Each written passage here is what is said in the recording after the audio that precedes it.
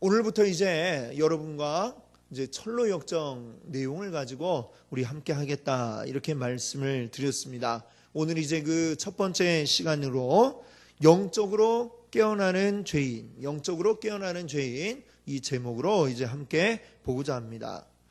이 철로 역정 오늘 처음 들어보신 분은 안 계시죠? 예, 들어보셨습니까? 손 아무도 안 드신 거 보니까 다 들어보신 것 같아요. 그렇죠?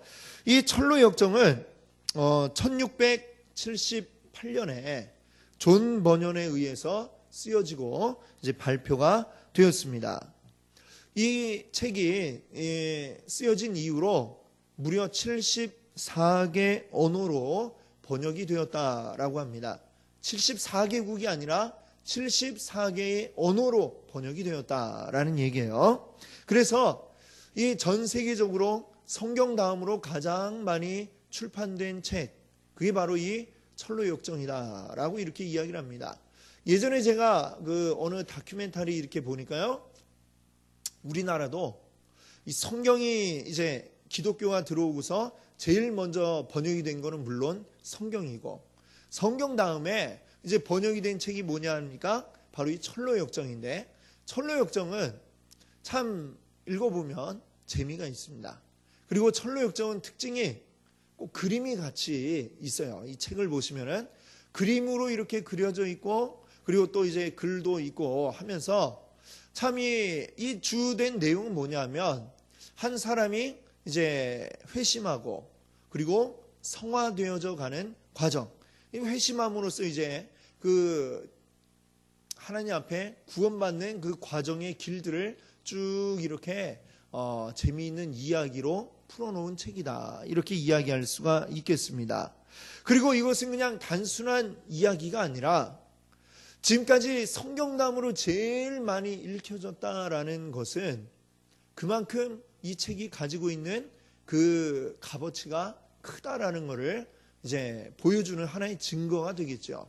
이거는 그냥 단순한 이야기가 아니라 청교도 신학의 정수를 보여준다라고 이렇게 이야기할 수가 있겠습니다. 이 존 버년이 이제 청교도였고요. 그리고 그 청교도 신학의 아주 정수를 이 이야기 속에 잘 아주 정말 재미있게 풀어서 이렇게 해놓은 것을 볼 수가 있습니다. 이제 청교도하고도 이제 관련이 되니까, 그러면 이 청교도가 뭐냐? 청교도는 이제 영국에서 시작이 되었습니다. 1559년부터 1700년 사이에 걸쳐서 영국에서 일어난 교회 개혁 운동이라고 우리가 알 수 있습니다. 이 청교도 하면 우리가 제일 잘 아는 건 뭡니까? 청교도 하면 딱 떠오르는 거 여러분 뭐이죠? 추수감사절. 아시죠? 추수감사절 때 영국에서 배 타고 이 신대륙 아메리카로 넘어온 그 사람들 누구였어요? 바로 청교도들이었죠. 교회 개혁 운동으로 시작을 했으나 결국엔 그 핍박을 견디지 못하고 그 신앙을 지키기 위해서 떠나왔던 사람들이 이제 신대륙 아메리카로 갔던 것이고, 그때 거기서 이제 한 해를 겨울을 나고 보내면서 이제 그들이 추수하였을 때에 그 기쁨을 이제 나누었던 게 추수감사절이죠. 그 추수감사절에 이제 원조가 되는 이 청교도들. 자, 이 청교도 그들은 왜 이렇게 영국에 있지 못하고 떠나왔어야만 했느냐? 그게 이제 궁금하지 않습니까? 그렇죠? 자, 당시의 교회, 영국에는 이제 가톨릭이 처음에 이제 쭉 내려오다가 그 다음에 어떻게 되었냐면요, 영국 국교회가 이제 생겨나게 됐습니다. 이 국교회는 아주 굉장히 독특한 거라고 이렇게 얘기를 할 수가 있겠어요. 지금의 이제 성공회인데, 이 영국 국교회는 뭐냐면 사실은 이제 정치적인 이유 때문에 생겨난 거죠. 정치적으로 카톨릭에서 왕이 재혼을 해야 되겠다 이렇게 이야기하니까, 지금 왕비와 이혼하고 재혼하겠다는데 카톨릭에서 인정을 안 해주니까, 그럼 이제 나 카톨릭 안 해 하고서 그냥 그 영국 교회의 수장은, 원래 카톨릭의 수장은 교황이잖아요. 그런데 이제 영국 국교회에서는 왕이 그러니까 카톨릭 이제 우린 때려쳤다 이러면서 내가 이제는 교회의 수장이 된다. 이렇게 해서 만들어진 게 사실 이제 영국 국교회입니다. 영국 국교회도 근데 좀 카톨릭 쪽에 가까운 사람들이 있는가 하면 좀 개신교에 가까운 사람들이 이제 함께 그 안에서 이제 공존을 하고 있는 형태인데, 이 시대에 왕이 사사롭게 자기 어떤 개인적인 이유 때문에 교회를 완전히 이제 새롭게 이렇게 국교회라고 만들고, 그리고 거기다가 이제 자기 마음대로 그 어떤 성직자들을 임명하고 하니까 교회 모양이 어떻게 되겠습니까? 카톨릭 만만치 않게 이제 많이 세속화되고 타락하고 정치적이 되는 그러한 결과를 가져올 수밖에 없겠죠. 그렇죠? 왜냐하면 왕이 그 수장이 되니까 당연한 결과일 것입니다. 자, 그러다 보니까 자, 교회가 타락하고 그러면 그 예배는 어떻게 되겠어요? 예배도 당연히 이제 온전하게 하나님을 예배하지 못하게 되었던 것입니다. 예배가 굉장히 미신적인 것으로 이제 흘러가고, 그리고 우상적인 것들, 사실 이런 것들은 카톨릭 안에 다 존재하는 것들이죠. 그런 것들이 여전하게 있는 상태로 계속 지내오게 되었던 것입니다. 자, 그러니까 그 가운데 있는 성도들은 어떻게 되겠습니까? 온전한 예배를 드리지 못하는 성도들을 역시 제대로 된 성도라고 부를 수 없는 그런 모습의 삶을 살아갈 수밖에 없었겠죠. 그러니까 성도들이 이 세상과 구별되지 않는 삶을 살아가는 겁니다. 믿음과 그들의 행동이 전혀 일치하지 않는, 믿으면 어떻게 돼요? 마땅히 행해야 될 바를 우리가 이 세상 가운데 행해야 되겠죠. 거짓을 미워하고 불의를 미워하고 이래야 되는데, 뭐 예수 믿는다고 하면서 교회 다닌다고 하면서도 전혀 안 믿는 자들과 구별되지 않게 살아가니까, 그래서 이제 청교도 개혁 운동을 하게 된 것입니다. 이 청교도 운동은 이제 믿음과 행동의 일치를 이제 위해서 모든 잘못된 것들을 바꾸자, 이렇게 나아갔던 것이 바로 청교도 운동인 것이죠. 그래서 잘못된 믿음에 대해서 깨우치게 하고, 그리고 교회 안에 있지만 회심하지 못한 상태로 있는 사람들, 그냥 이제 말로만 교회 다니는 사람들, 이 사람들이 온전하게 회심해서 참된 그리스도인이 될 수 있도록 만드는 그 일들을 하고자 한 것이 바로 청교도 운동이었습니다. 자, 그러나 이 모든 것들이 이제 정치적인 이제 탄압이 가해질 수밖에 없겠죠. 기존에 있는 것들을 잘못됐다라고 이야기하고, 기존에 있는 거에 우두머리가 왕이니까 결국 이게 정치적인 탄압이 생길 수밖에 없었습니다. 청교도들이 핍박을 받고 결국에는 그 신앙을 지키기 위해서 이제 그런 아메리카 대륙으로 건너가는 일들이 있었고, 그것이 이제 전통이 돼서 지금까지 우리 추수감사절이 이제 그렇게 해서 생겨나게 되었다라고 하는 것이죠. 이 존 버년이 이제 그러한 청교도 교인이었고, 사실은 이 존 버년은 굉장히 어릴 때 가난한 이제 집에서 자라나서 공부를 이제 제대로 하지 못한 사람이었는데, 참 놀라운 것은 그가 결혼할 때에 그 아내가 책을 가져왔어요. 책을 가져왔는데 그 청교도 신앙의 아주 중요한 책들을 몇 권을 이제 가져온 거예요. 그래서 결혼을 통해서 그 아내가 가져온 책을 읽다가 그가 이제 그렇게 아주 신실한 믿음을 가지게 되었고, 이제 그가 이제 평신도였지만 이제 말씀을 또 전하고 하다가 그것 때문에 이제 감옥에 갇히게 됩니다. 이제 두 번째 감옥에 갇혔을 때에 썼던 그 책이 바로 철로 역정인 것이죠. 그래서 이 철로 역정의 이제 대략 배경이 그러하다라는 걸 알면서 우리가 이제 여러분 나눠드린 유인물 보시면은 이제 철로 역정의 그 내용이 있어요. 내용이 있고 거기에 관련된 이제 질문들을 이제 뒤에다가 Q&A에 적어 놓았습니다. 한번 이것을 우리가 같이 읽어 나가면서 거기에 이제 가로 1번, 2번 해놓은 것은 뒤에 가면 1번, 2번 질문이 있습니다. 근데 제가 이것들을 참 준비하면서 이렇게 읽어보니까 정말 이 감탄이 나옵니다. 하여튼 일단은 여러분들이 이 수요일 저녁에 오셔서 이 내용들을 우리 같이 쭉 해나가시면서 더불어 여러분께 권해드리는 것은 철로역정 책을 꼭 한번 읽어보시라라는 것을 여러분께 권유를 드립니다. 그래서 뭐 좋은 책들이 많이 나와 있습니다. 많이 나와 있고 잘 번역이 되어서 요즘에 또 잘 나와 있으니까 그런 것들을 이제 한번 찾아서 꼭 한번 같이 읽어보시면 더 큰 이제 신앙의 유익을 우리 가질 수 있으리라 생각합니다. 물론 여기에도 이제 우리가 그 내용이 쭉 적어 놨지만 이게 책의 전편을 다 우리가 적지는 못해요. 예, 그렇기 때문에 그걸 전체적으로 다 읽어볼 수 있게 읽어보시면 좋겠다 이렇게 생각이 돼요. 그럼 이 책의 내용을 제가 읽어가면서 이렇게 한번 설명을 드리고 뒤에 있는 그 성경 구절들도 찾아보고 한번 이렇게 진행을 해보도록 하겠습니다. 나는 이 세상의 광야를 걷고 있었다. 여기 나는 이제 이 이야기를 하고자 하는 사람, 그러니까 존 버년 자신을 이야기하는 게 될 것 같아요.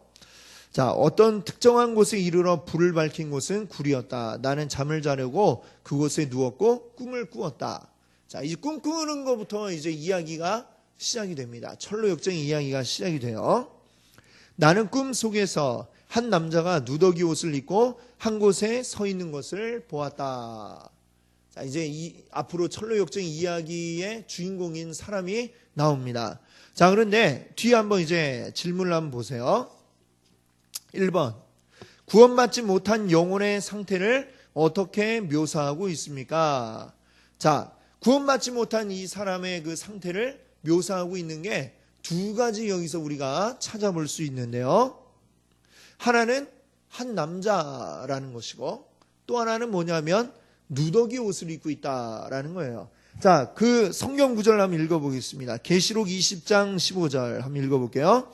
누구든지 생명책에 기록되지 못한 자는 불못에 던져지더라. 자, 여기 보니까 생명책에 기록되지 못한 자. 자, 이 한 남자라고 이야기하는 이유는 그 남자의 이름을 모른다라는 것입니다. 지금 이름을 모른다. 생명책에 기록이 되지 않은 자다라는 것을 이제 나타내는 그런 이야기죠. 생명책에 기록되어야 어떻게 되는 겁니까? 하나님 나라의 천국에 가는 것으로 이렇게 우리가 알고 있지 않습니까? 근데 이 남자는 그냥 이름 없는 한 남자예요. 이름도 모르고 성도 모르는. 지금 이제 생명책에 기록되지 못한 자구나. 그런 걸 의미하고 있고, 그 다음에 이 남자가 입고 있는 옷, 어떤 옷을 입고 있다고 그랬어요? 누더기 옷을 입고 있다. 이렇게 얘기하고 있습니다. 누더기 옷. 성경에는요, 이 옷이 주로 어떤 것으로 이제 비유되냐면 사람의 어떤 행위, 행동을 나타내는 것을 이제 옷으로 상징해서 나타냅니다. 그럼 누더기 옷을 입고 있다라는 건 뭡니까? 자, 그 밑에 이사야 64장 6절 말씀이 있죠? 이것도 한번 같이 읽어보겠습니다. 무릇 우리는 다 부정한 자 같아서 우리의 의인은 다 더러운 옷 같으며 우리는 다 잎사귀 같이 시들므로 우리의 죄악이 바람같이 우리를 몰아가나이다. 아멘. 그렇죠? 여기 이야기하지 않습니까? 우리 의인은 다 더러운 옷 같다. 그렇죠? 죄 가운데 있는 자, 불의한 자, 그들의 옷은 누더기 옷이나 다름이 없음을 이야기하고 있습니다. 자, 누더기 같은 옷을 입고 있고 아주 불의한 가운데 있는 자. 자, 그 사람의 모습을 지금 이렇게 두 가지로 한 남자로 표현하고 누더기 옷을 입고 있는 것으로 이렇게 표현하고 있죠. 자, 우리가 알아야 될 것이 있습니다. 자, 우리는 다 더러운 옷을 입고 있는, 모든 사람은 다 사실은 더러운 옷을 입고 있는 자와 똑같다는 거예요. 우리의 의로, 우리의 행위로 우리가 하나님 앞에 의롭다함을 여길 자가 없다. 이렇게 성경이 이야기하지 않습니까? 우리 모든 자연 상태의 사람은 다 지금 이 남자처럼 누더기 옷을 입고 있는 상태에 다르지 않다라는 것을 우리가 기억해야 되겠습니다. 자, 그러면 다시 이제 1페이지로 와서 그 뒷부분을 이제 이어서 한번 보겠어요. 그 남자는 자신의 집 방향에서 얼굴을 돌리고 있었으며 손에 책 하나를 들고 있었고. 자, 이렇게 얘기하고 있죠. 자기 집 방에서 얼굴을 돌리고 있었다라는 것은 이것도 지금 그냥 이렇게 하고 있는 게 아니라 의미가 있는 겁니다. 자, 이 사람은 지금 불의한 자라고 그랬어요. 옷이 남루하게 누더기를 입고 있는 불의한 자입니다. 그런데 지금 이 자에게 뭔가 변화가 생기기 시작한 거예요. 그렇죠? 자기 집에서부터 얼굴을 돌리고 있어요. 왜 돌리고 있을까요? 자기 집이 있는 그곳, 이게 불의하다라는 것을 지금 그가 알고 있는 겁니다. 깨닫게 된 것이죠. 그렇게 깨닫게 되기 위해서는 그의 손에 뭐가 들려 있느냐? 책 한 권을 들고 있다고 그러죠. 그 책이 뭘까요? 뭘 것 같으세요? 예, 뒤에 한번 질문에 이제 질문 2번을 보세요. 한 영혼이 자신의 죄를 깨닫게 되는 수단은 뭡니까? 죄를 깨닫게 되는 수단이 뭐냐 이거예요. 그리고 그 남자의 손에 무엇이 있습니까? 자, 로마서 7장 7절 말씀 한번 읽어보겠습니다. 그런즉 우리가 무슨 말을 하리요? 율법이 죄냐? 그럴 수 없느니라. 율법으로 말미암지 않고는 내가 죄를 알지 못하였으니 곧 율법이 탐내지 말라 하지 아니하였더라면 내가 탐심을 알지 못하였으리라. 바울은 지금 뭐라고 얘기합니까? 율법으로 내가 죄인임을 깨달았다 이렇게 이야기하고 있잖아요. 그렇죠? 율법이 뭐예요? 곧 하나님의 말씀을 이야기하는 것입니다. 자, 우리가 분명히 우선 알아야 될 것은 우리가 죄를 어떻게 깨닫느냐? 내 힘과 능력으로 깨달을 수 있는 게 아니라는 것을 우리가 알아야 됩니다. 그럼 어떻게 깨달을까요? 우리 안에서 누군가가 작용을 하시는 거죠. 누가 우리 안에서 죄를 깨닫게 작용하실까요? 누굴까요? 성령님. 그렇죠? 우리 안에서 성령께서 나로 하여금 깨닫게 해주지 않으시면 우리는 깨달을 수 없다라는 것입니다. 자, 성령의 역사로 깨달아지는데 성령은 그러면 무엇을 가지고 우리에게 죄를 깨닫게 하시느냐? 로마서 7장 7절이 얘기한 것처럼 율법으로 말미암지 않고는, 즉 하나님의 말씀을 통해서 우리에게 깨닫게 하신다라고 이렇게 이야기하고 있는 것이죠. 자, 율법이 우리에게 율법 그리고 성경 말씀 우리에게 들려질 때에 성령이 우리 안에서 역사하셔서 그것이 나의 죄임을 알게 하시고 깨닫게 하신다라는 것입니다. 성령이 우리 안에 역사하지 않으시면 우리는 단 한순간도 우리가 죄인임을 알 수 없고요. 깨달을 수 없고 하나님이 나에게 필요하다는 사실도 우리는 깨달을 수가 없습니다. 아직 내가 믿기 이전이라 할지라도 그때에 성령의 역사가 있어서 나에게 깨달음이 있게 된다라는 것이죠. 물론 그것이 어떻게 보면 굉장히 짧은 시간 안에 성령이 깨닫게 하시고 내 안에 그런 회심이 일어나고 믿게 되고 이게 싹 일어나지만 순서를 이제 우리가 따라 본다면 그렇다는 것입니다. 내가 아직 죄인 되었을 때에 성령께서 내 안에 역사하셔서 하나님의 택한 자녀들에게 오셔서 깨닫게 하시는 거죠. 깨닫게 하시면 그때에 내가 죄인이었구나라는 것을 알게 된다라고 하는 것입니다. 자, 그러면 또다시 이제 앞에 이야기로 와서 그 뒤를 한번 볼게요. 자, 손에 책 하나 들고 있는데 그 사람이 어떤 모습을 또 가지고 있느냐? 그의 등 뒤에는 상당히 무거운 짐이 지워져 있었다. 그의 등 뒤에 무거운 짐을 지고 있어요. 이 짐이 뭘까요? 자, 뒤에 한번 문제를 한번 보겠습니다. 3번. 등에 지워진 무거운 짐은 무엇을 의미합니까? 시편 38편 4절을 한번 읽어보겠습니다. 내 죄악이 내 머리에 넘쳐서 무거운 짐 같으니 내가 감당할 수 없나이다. 이 다윗의 시편이죠. 이 시편에 그대로 이야기해주고 있습니다. 이 다윗이 이야기하듯이 내 죄악이 내 머리에서부터 넘쳐서 아주 무거운 짐 같습니다 라고 이야기를 하고 있죠. 이 말 그대로입니다. 이 말 그대로 지금 이 한 남자가 그 등 뒤에 지고 있는 무거운 짐은 바로 죄라고 하는 것이죠. 성령께서 우리 안에 오셔서 내가 죄인임을 깨닫게 합니다. 자, 그때에 그 죄가 깨달아지는데 죄가 막 생각이 나는 거예요. 근데 그 죄가 하나 두 개가 아니라는 거예요. 우리는 알고 있죠. 우리의 죄는 뭐냐? 그냥 단지 우리나라의 어떤 헌법, 또 민법, 형법, 상법 등등 이런 법을 어겨서 우리가 죄인이 아니라 하나님의 뜻에 어긋나는 그 모든 것들이 다 죄라고 하는 겁니다. 우리가 살아간 동안 지었던 모든 죄들, 내가 태어나서부터 지었던 모든 죄들이 하나하나 떠오르기 시작하는 거죠. 자, 죄가 너무나도 많아요. 너무나도 많은데 그게 막 머리 가운데 떠오르고 생각이 나는 것입니다. 그럼 이 죄는 그 한 남자에게 굉장히 무거운 짐이 될 수밖에 없겠죠. 이 죄의 무거운 짐에 짓눌리는 이러한 현상이 그에게 있게 되는 거죠.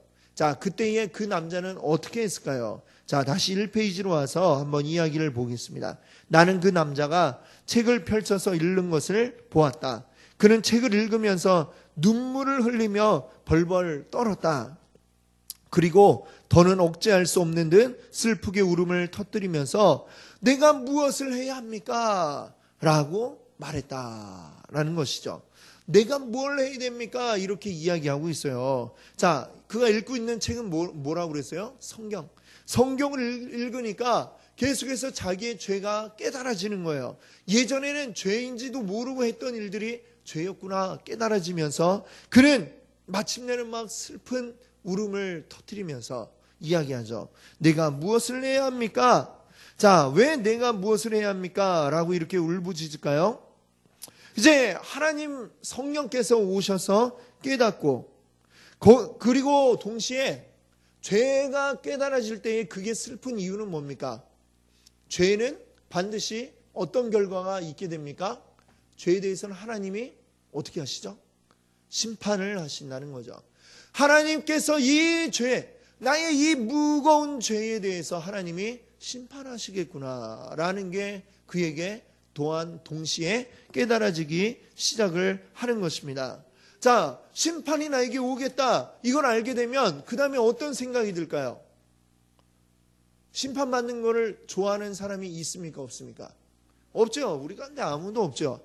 심판이 나에게 있겠다라는 걸 깨달아지는 순간 이 심판을 피하고 싶다라는 또한 강한 열망이 그에게 생겨나게 될 겁니다. 그래서 뭐라고 이야기하는 거예요? 이제 내가 그럼 어떻게 해야 합니까? 무엇을 해야 합니까? 라고 이렇게 울부짖을 수밖에 없는 것이죠. 이것은 지금 뭘 이야기하는 거예요? 내가 어떻게 심판받지 않을까? 그리고 내가 어떻게 해야 구원받을 수 있게 될까라고 하는 구원에 대한 열망, 구원에 대한 갈망의 그 모습을 지금 이 한마디로 내가 무엇을 해야 됩니까? 라는 이 한마디로 그 열망을 보여주고 있다. 이렇게 이야기할 수가 있겠습니다. 자, 그 밑에 성경 말씀 한번 읽어볼게요. 사도행전 2장 37절을 한번 제가 읽어보겠습니다. 그들이 이 말을 듣고 마음에 찔려 베드로와 다른 사도들에게 물어 이르되 형제들아 우리가 어찌할꼬 하거늘. 그렇죠? 베드로와 사도들이 이야기할 때에 그 들은 자들이 역시 이 한 남자처럼 뭐라고 했어요? 우리가 어찌할꼬 라면서 묻고 있는 거죠. 자, 사도행전 16장 31절은 우리가 아까 읽었던 말씀입니다. 처음에요. 주 예수를 믿으라. 그리하면 너와 내 집이 구원을 받으리라. 자, 그 다음에 고린도후서 7장 9절도 한번 읽어보겠습니다. 내가 지금 기뻐함은 너희로 근심하게 한 까닭이 아니요 회개함에 이른 까닭이라. 너희가 하나님의 뜻대로 근심하게 된 것은 우리에게서 아무도 해도 받지 않게 하려 함이라. 아멘. 바울이 고린도 교회 성도들에게 이야기하잖아요. 너희로 하여금 내가 근심하게 하였다. 근데 이 근심은 그냥 세상적인 어떤 오늘 뭐 먹지? 내일 뭐 먹지? 뭐 이런 근심이 아니라 하나님의 뜻대로 하는 근심이다라고 했습니다. 하나님 뜻대로 하는 근심. 내가 하나님 앞에 이렇게 큰 죄인이었구나라는 걸 깨닫고 그리고 그것 때문에 내가 이제 어떻게 해야 됩니까? 하나님 앞에 어떻게 해야 내가 용서를 얻겠습니까? 라는 바로 그러한 근심이 우리 안에 생겨난다라는 것을 이야기하고 있습니다. 자, 이제 그 다음 이제 어떻게 되었을까요?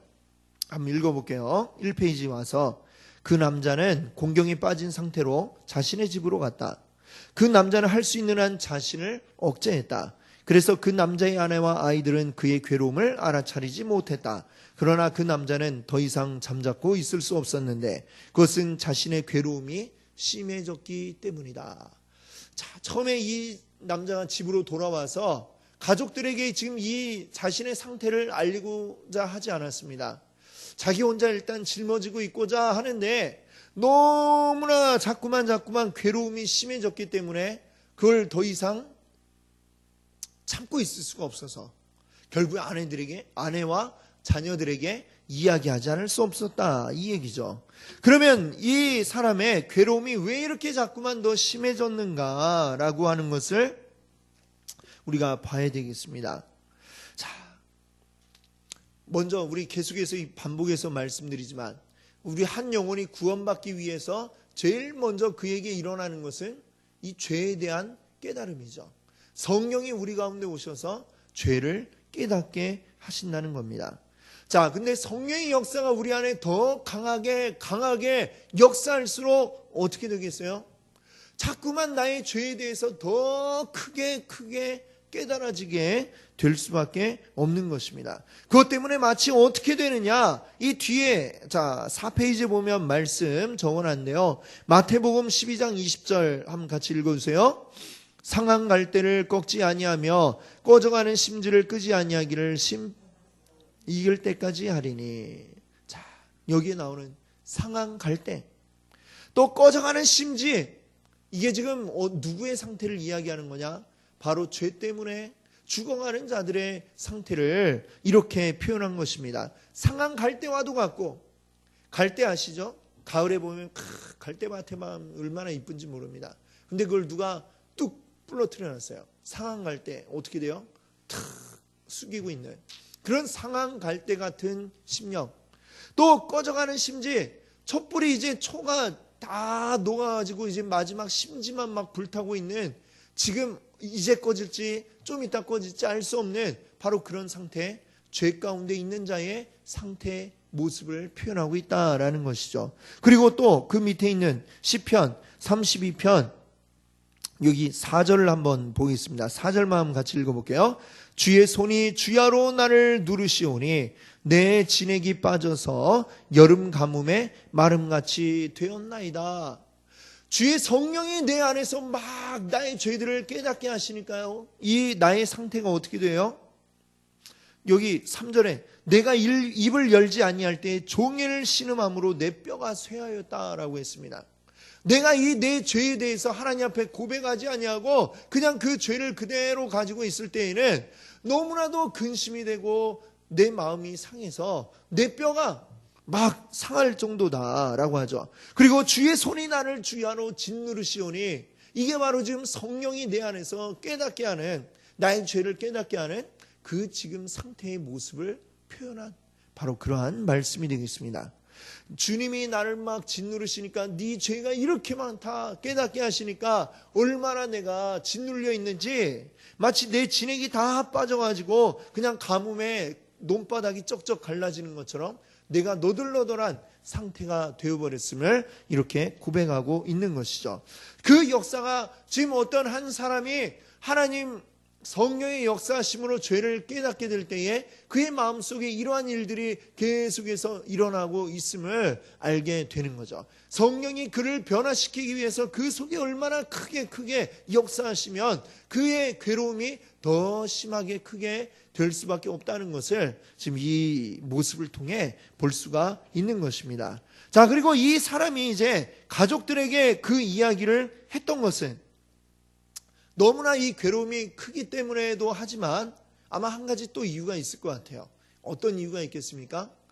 나만 이 괴로움 가운데 있겠다, 뭐 이게 아니라 이 괴로움에서 벗어나기 위해서, 자, 나뿐만 아니라 사실은 이 자들도, 나의 아내와 내 자녀들도 역시 어떤 상태라는 걸 그가 알기 때문이에요.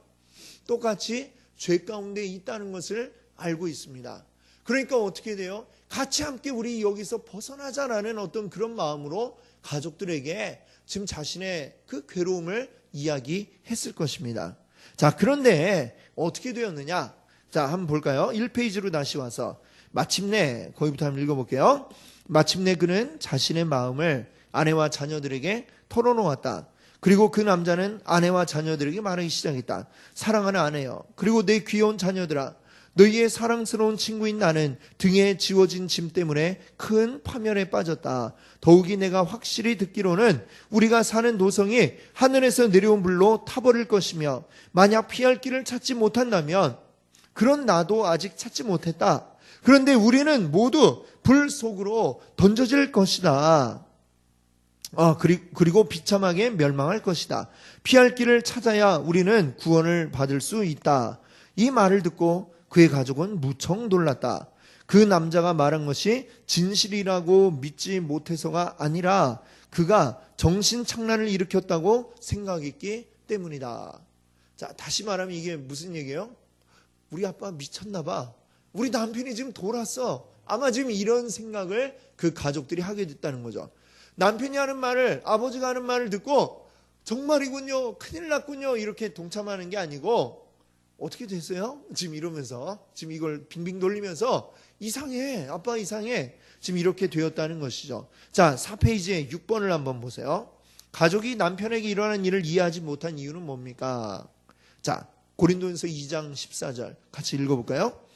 육에 속한 사람은 하나님의 성령의 일들을 받지 아니하나니 이는 그것들이 그에게는 어리석게 보이며 또 그는 그것을 알 수도 없나니 그러한 일은 영적으로 분별되기 때문이라. 아멘. 자, 육에 속한 사람에게는 영의 일들이 보이질 않는 겁니다. 보이질 않으니까 무슨 헛소리인가 싶기도 하고 어떻게 되었어? 정신 나갔어? 라고 이렇게 물을 수밖에 없는 것이죠. 너무나도 당연한 겁니다. 영의 사람, 육의 사람이 보는 게 각자 다르다는 것이죠. 우리는 영적으로 모든 것들을 이해하고 그것을 바라보니까 이대로 있어서는 안 되겠다. 지금 이 한 남자 이야기한 것처럼 곧 큰 불이 우리에게 임해서 이 죄에 대해서 심판할 것인데 여기에 우리가 있어서는 안 되고 우리의 다른 갈 길을 찾아서 피해야 된다 이야기를 하는데요. 지금 가족들은 육의 사람인지라 그것을 알지 못합니다. 보지도 못합니다. 오히려 지금 그의 말을 듣고 무슨 웃기는 얘기를 해. 자, 성경에 보면 그 창세기에 롯의 집에 천사들이 왔잖아요. 소돔과 고모라를 멸망시키기 위해서 천사들이 왔어요. 너희들 이제 빨리 빠져나가야 된다. 빨리 준비해라. 가자. 뭐 짐 챙길 것도 없고 바로 가자 이랬는데 우리 가족들 특별히 그 딸이 2명 있었잖아요. 롯에게 딸이 2명인데 곧 결혼할 이제 사위가 될 사람들이 있었습니다. 사위들도 같이 데리고 나가려고 이야기를 했더니 어떻게 됐어요? 곧 여기 불이 떨어지네. 우리 같이 빨리 나가세요. 이랬더니 장인어른 농담도 잘하셔 이러면서 재밌는 얘기 참 잘하시네요 하면서 웃고 그냥 재밌는 얘기로 알고 왜 그러세요 하면서 있었다는 거죠. 어떻게 됐습니까? 그 사람들은 그날 밤 그 소돔 고모라에 불이 떨어졌을 때 어떻게 됐을까요? 사위될 사람들은 다 같이 불에 타 죽었죠. 자, 육의 사람들에게는 그것이 들리질 않고 정신 나간 이야기로 들리고 전혀 헛소리같이 들릴 수밖에 없는 것이죠.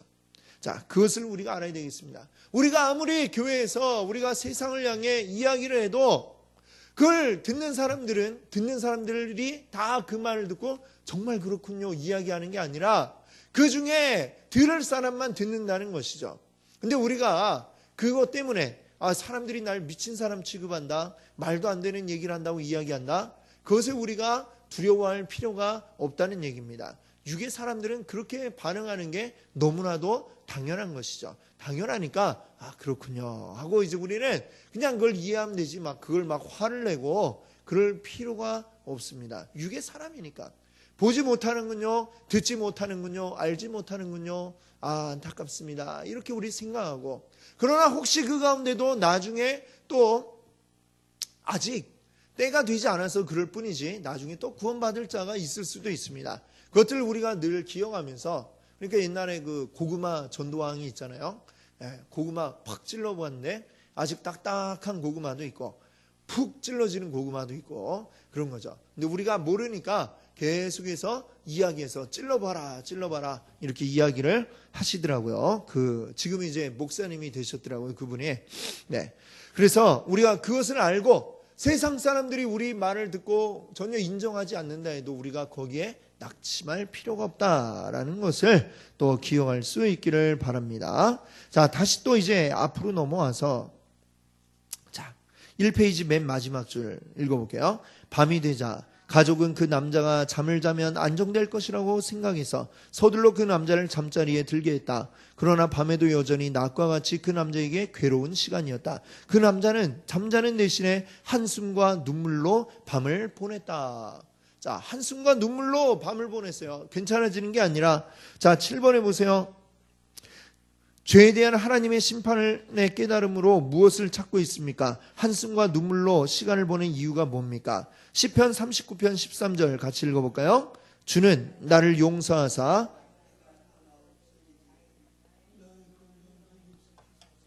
아멘. 자, 지금 이 시편 39편을 지금 쓰고 있는 자의 마음의 상태가 지금 이 어떤 한 남자의 상태와 너무나도 비슷한 상태인 것 같아요.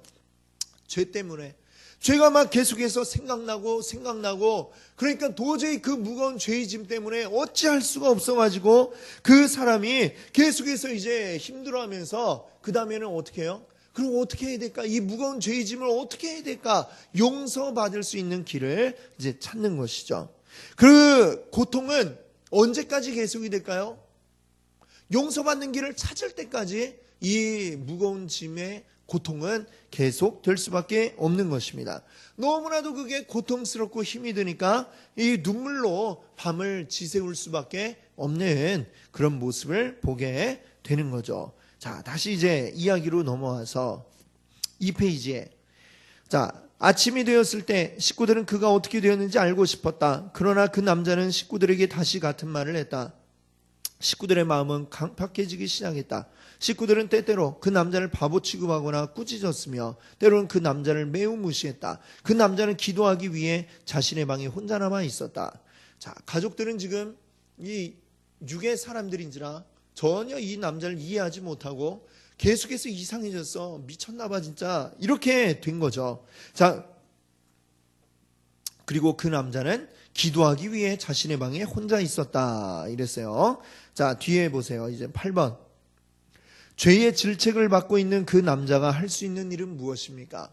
계속해서 어쨌거나 이제 가족들은 완전히 나와는 다른 길을 이제 가고 있는 것이고 지금 계속해서 죄의 무거운 그 채찍질을 당하고 있는 이 남자가 하는 것은 무엇입니까? 누가복음 18장 13절 함께 읽어보겠습니다. 세리는 멀리 서서 감히 눈을 들어 하늘을 쳐다보지도 못하고 다만 가슴을 치며 이르되 하나님이여 불쌍히 여기소서 나는 죄인이로소이다 하였느니라. 아멘. 이 세리, 지금 누가복음에 나오는 세리는 어떻게 했어요?